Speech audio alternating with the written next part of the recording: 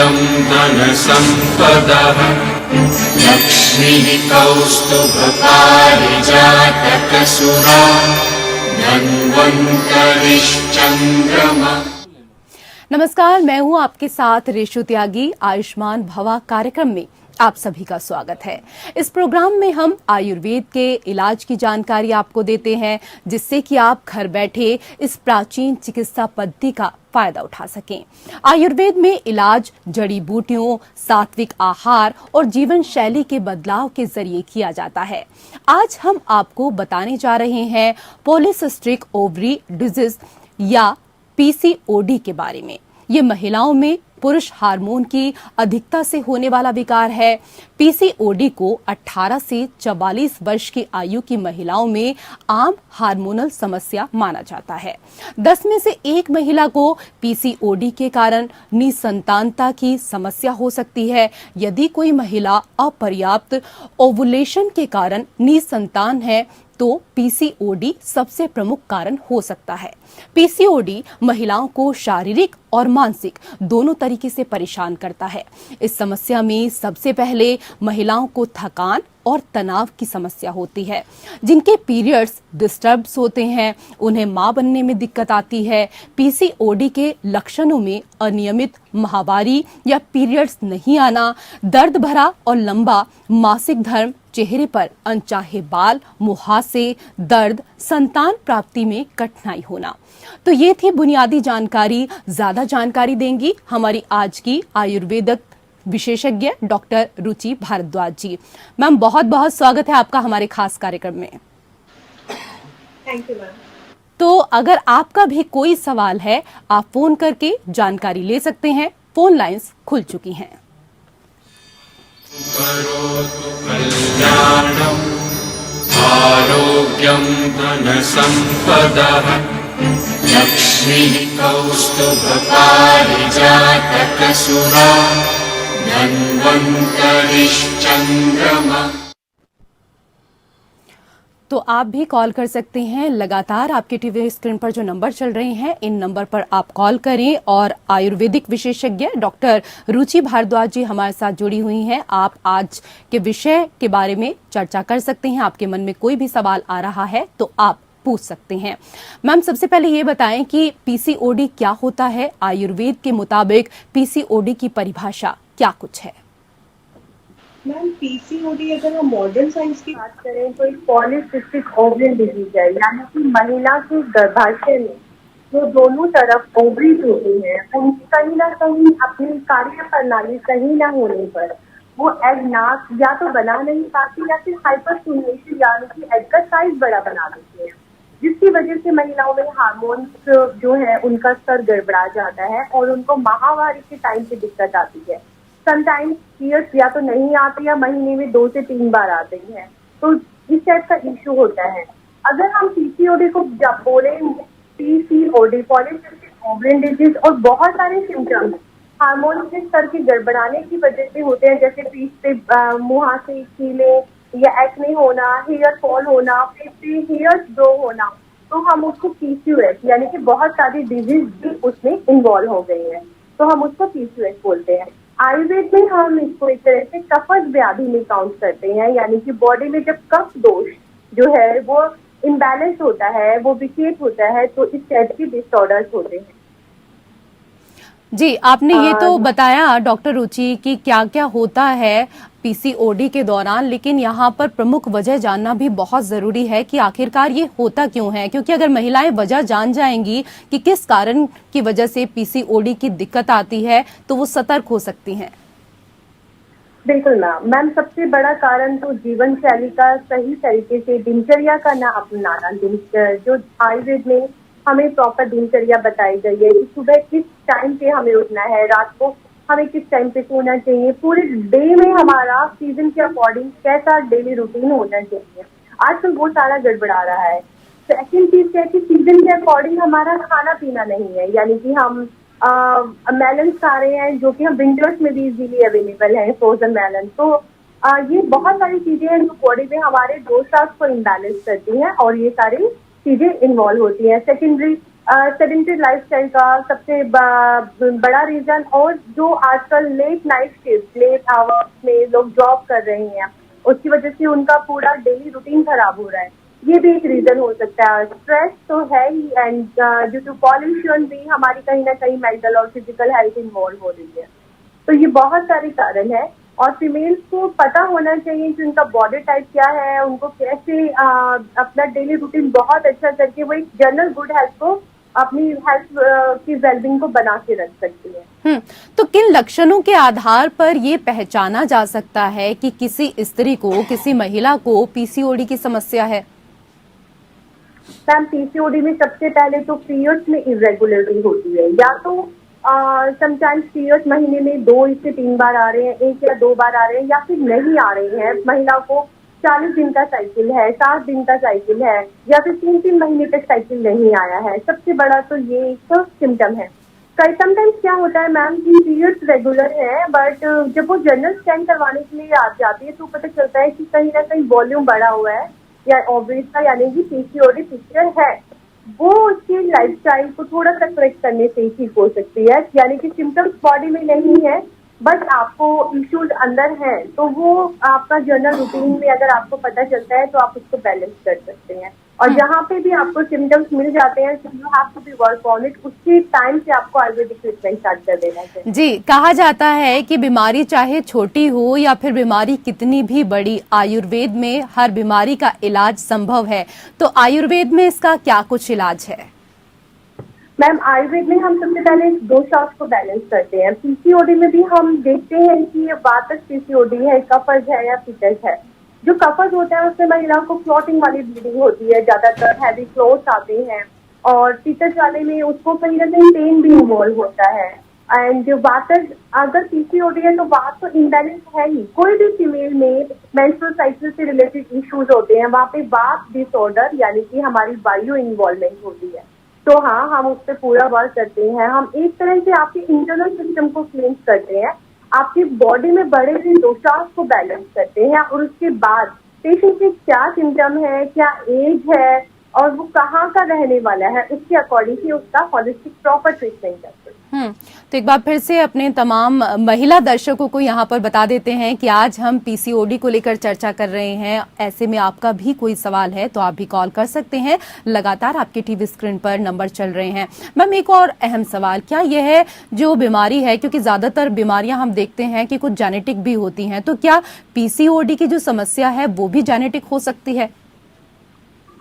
Ma'am, ये genetic ऐसा नहीं है। मान लो मदर को पीसीओडी है, बट अगर डॉटर अपना अच्छे से लाइफस्टाइल उसका बैलेंस नहीं चल रहा है तो ये उसमें जेनेटिक में नहीं आती। बट समटाइम्स दोनों जनरेशन में होती है और लोग इसको जेनेटिक बोलने लगते हैं। मदर सोचती है हाँ मुझे भी था, मुझे भी ऐसा है तो मेरी बेटी को है, बट ये कहीं ना कहीं सीरियसली लाइफस्टाइल डिसऑर्डर है। इसको सिर्फ लाइफस्टाइल करेक्शन, मॉडिफिकेशन, अपनी बॉडी के टाइप के अकॉर्डिंग आपका लाइफस्टाइल करेक्ट करके ही आप इसको करेक्ट कर सकते हो।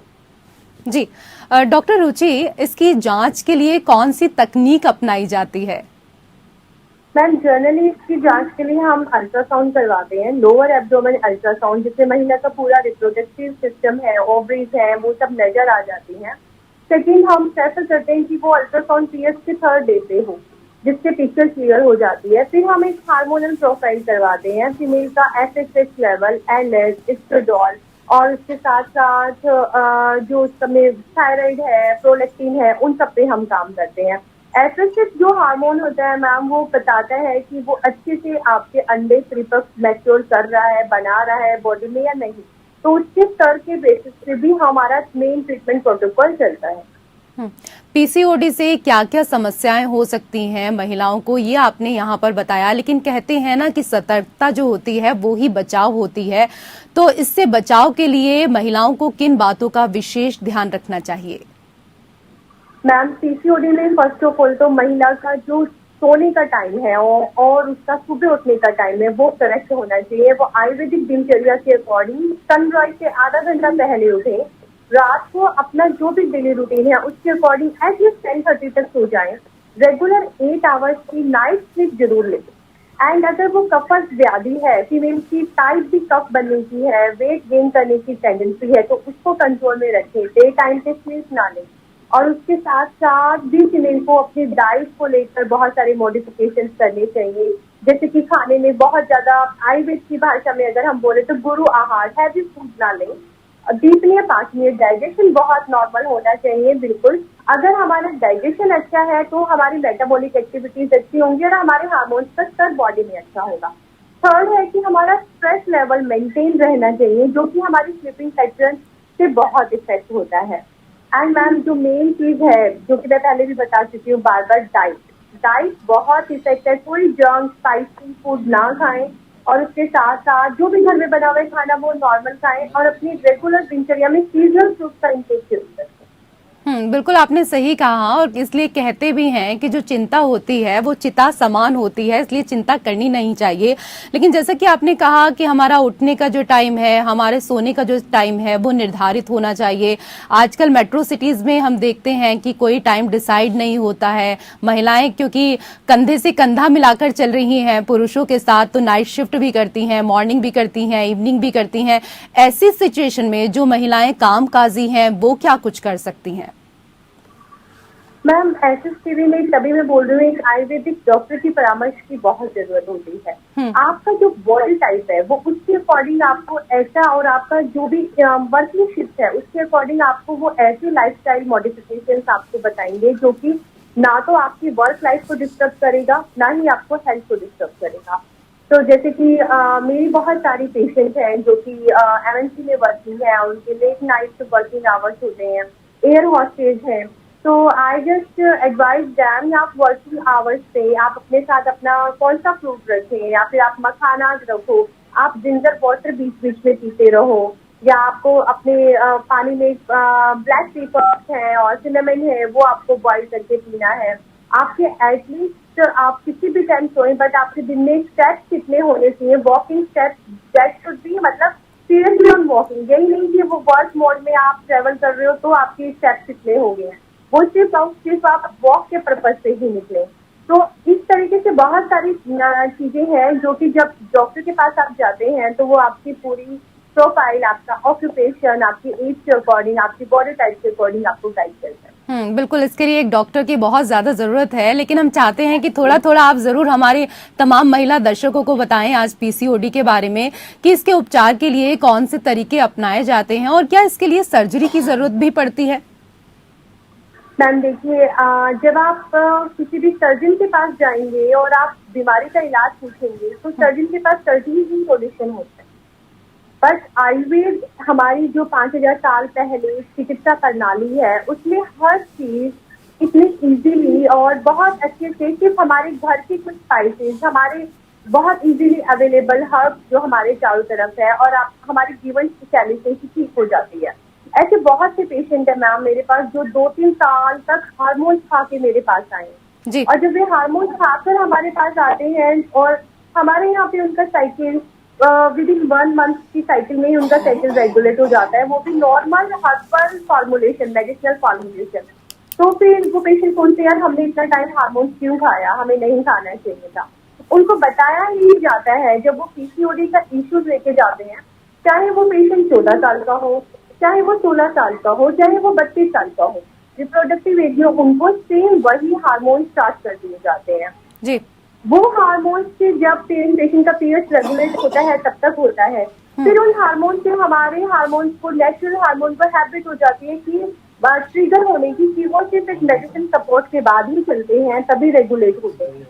तो धीरे धीरे वो हैबिट उनकी जब उनके ऊपर डिपेंडेंट हो जाते हैं और डिटेल तो होते रहते हैं, तो वो उनसे भी नहीं चलते जब वे हार्मोन पिल्स लंबे टाइम तक खाते हैं। फिर वो दोबारा डॉक्टर के पास जाते हैं तो डॉक्टर उनको यही बोलते हैं आप अपनी जीवन शैली सुधारिए, इसका कोई इलाज नहीं है जी। या फिर आप ओवरी में आपकी सिस्ट है, आप ओवरी ड्रिलिंग करवाएं, but ma'am drilling is not the solution. Ayurveda में नॉर्मल जीवन शैली से इसका इलाज है। तो पेशेंट हमारे पास पहले का टाइम था, मैं आपको बता दूं कोविड से पहले का जो सिनेरियो था ना, तब पेशेंट हमारे पास हार्मोन खा के आता था, पर पेशेंट को कोविड के टाइम में इतना अवेयरनेस आ गया है आयुर्वेद को लेके, और उनको एक्चुअल में आयुर्वेद की जो रियलिटी है वो लोगों के सामने आ गई है कि वो कितनी जल्दी रूट पे काम करता है और कितनी जल्दी डिजीज को ट्रीट करता है। बिल्कुल अब सही लोग आपने हमारे कहा पास कि आते हैं कि आयुर्वेद के हार्मोन प्रति, नहीं खाना चाहते हैं और हमें जी सिर्फ और सिर्फ आयुर्वेदिक ट्रीटमेंट है। बिल्कुल सही आपने कहा कि आयुर्वेद के प्रति लोगों की जागरूकता बहुत ज्यादा बढ़ी है। और कई और सवाल मेरे पास हैं आपके लिए। डॉक्टर रुचि लगातार हमारे साथ जुड़ी हुई हैं, आज के विषय में जानकारी दे रही हैं कि किस तरीके से आयुर्वेदिक पद्धति के जरिए इस समस्या से निजात पाई जा सकती है। डॉक्टर रुचि, हम यहाँ पर ये भी आपसे जानना चाहेंगे कि अक्सर हमने सुना है कि जिन भी महिलाओं को पीसीओडी की समस्या होती है उनको काफी तकलीफ होती है गर्भ धारण करने में। मैम ऐसा नहीं है। देखो, पीसीओडी नो डाउट कि एक डिजीज है जो कि महिला की पीरियड्स की इरेगुलरिटी को बढ़ाता है और उसके एग की डेवलपमेंट को इफेक्ट करता है। But some time during PCOD में भी महिला नेचुरली कंसीव कर जाती है और इट इज वेरी नेचुरल। जी, जैसे कि पीसीओडी की समस्या में जल्दी गर्भवती कैसे हो सकते हैं, इसको लेकर भी एक सवाल था। क्योंकि कार्यक्रम से पहले मुझसे किसी ने पूछा कि आप ये सवाल जरूर करें मैम से, तो इसके बारे में आप बताएं। Yes ma'am. जितने भी फीमेल्स को पीसीओडी होता है तो मैं उनको बोलती हूँ आप सही रिप्रोडक्टिव अपनी एज में आपको कंसीव कर लें तो बहुत अच्छा है। यानी कि आप फैमिली प्लानिंग करने में डिले नहीं करें और टाइम पे कंसीव करें, क्योंकि नो डाउट मैम पीसीओडी जैसी समस्या में हमारी एग क्वालिटी जो है वो इफेक्ट करती है, यानी कि एग क्वालिटी पुअर होती जाती है। तो एक तो एग क्वालिटी बढ़ाने के लिए आयुर्वेद बहुत अच्छा समाधान है। द सेकंड चीज की पीसीओडी में अंडे पूरी तरह से परिपक्व नहीं होते, यानी कि मैच्योर नहीं होते। तो जो महिला का ओवम है वो निकल नहीं पाता फर्टिलाइजेशन के लिए, क्योंकि अंडे फुल्ली डेवलप नहीं होते और उसकी एग क्वालिटी पुअर होती है। तो जिन महिला को पीसीओडी है उनको सही एज में जैसे ही शादी हो उनको कंसीव कर लेना चाहिए और सही एज में शादी कर लेनी चाहिए। तो एक बार फिर हम अपनी तमाम महिला दर्शकों को जानकारी दे दें कि आपके लिए फोन लाइंस लगातार खुली हुई हैं।